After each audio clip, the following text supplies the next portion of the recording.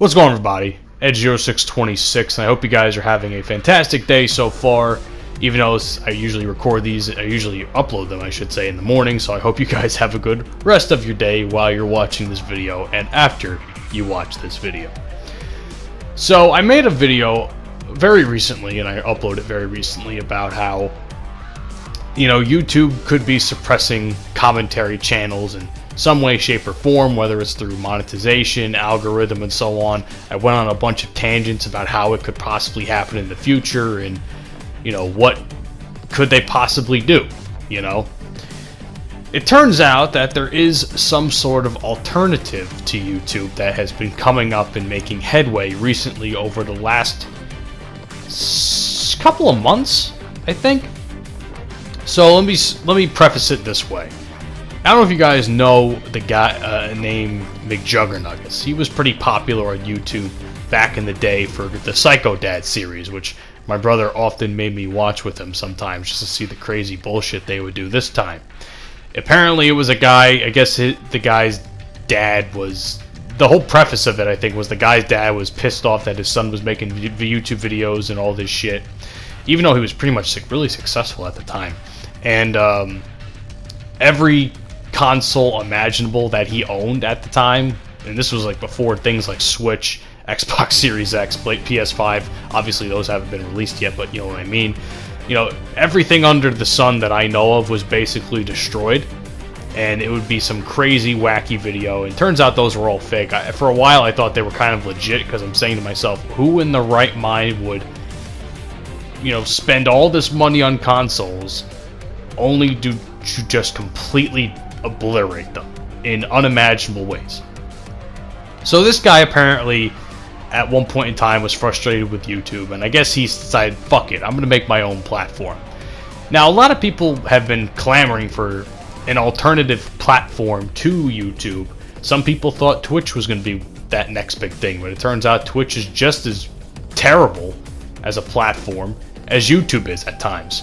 So apparently they've created this thing called StoryFire, which I guess the preface of this whole thing is bringing writing and video making together. People could create like little mini books and shit, digital books and stories, and they can make as many, issues or videos on said series. Of course, video series are always a thing too, and they've gotten a lot of. It's gotten pretty.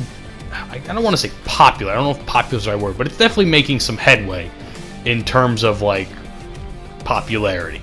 They've gotten a lot of big names. I mentioned Optimus a couple of times in previous videos. Optimus is one of the guys that have really made some headway in that regards as well.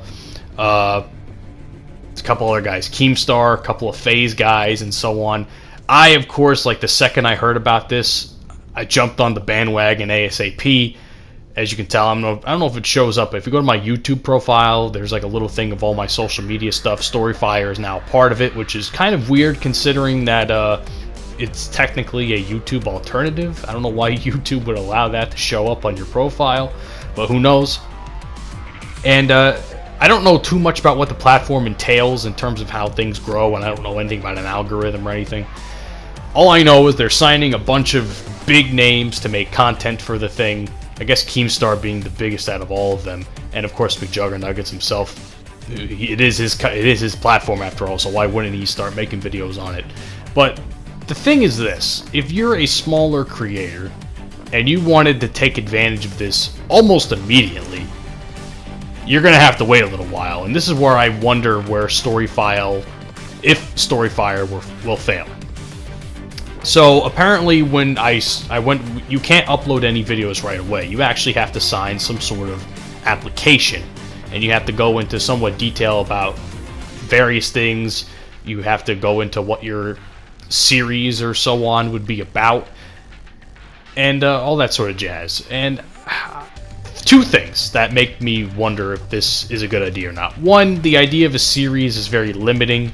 YouTube does, you can do series on YouTube and they can go pretty big, and you can do regular uploads on YouTube and they can get pretty big. So why should it just be limited to a series? So that's where I'm kind of like questioning it to an extent. So I'm like, okay, this is a little odd, but I can figure something out with this, as I absolutely destroy these two guys there to win the game and get that sick W. So there's that. So then I'm actually made a video right then and there that night. I made a video right then and there. It's already been uploaded to YouTube because I was sick of waiting for this application to be approved, and I'll get to that in a second. So, you do the application and it says you have to wait 30 days. 30 days. Okay. That's a month, man. I mean, in the grand scheme of things, waiting a month to make content just fucks you out of a whole lot of stuff. And I'm not just saying for me personally, like in general, if you're a smaller creator that's sick of how YouTube is handling their website, you're really kind of getting shafted again.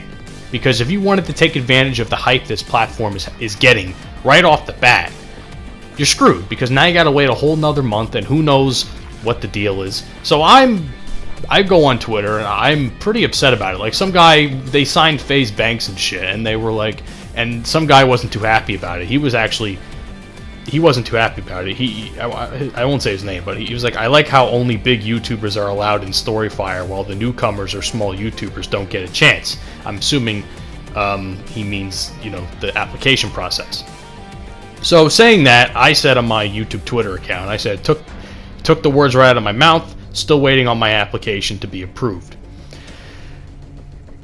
That's where I'm like kind of wondering if this is a good business model or not. I just don't see, if you're trying to promote yourself as some sort of alternative to YouTube, you'd think the idea would be a little bit more thought out, as opposed to just making some sort of application that actually has to be reviewed, I believe, by a physical person and not by some sort of computer. So that's tough, man. That's tough to deal with if you're someone like me or someone smaller or even somewhat larger. They're hiring all these big names that obviously are going to bring more money to the platform. And from a business aspect, I understand. From a creator aspect, it's frustrating to me. And I'm not saying as a business aspect this is a bad idea. I mean, they're doing what they can do to bring as many big names as humanly possible.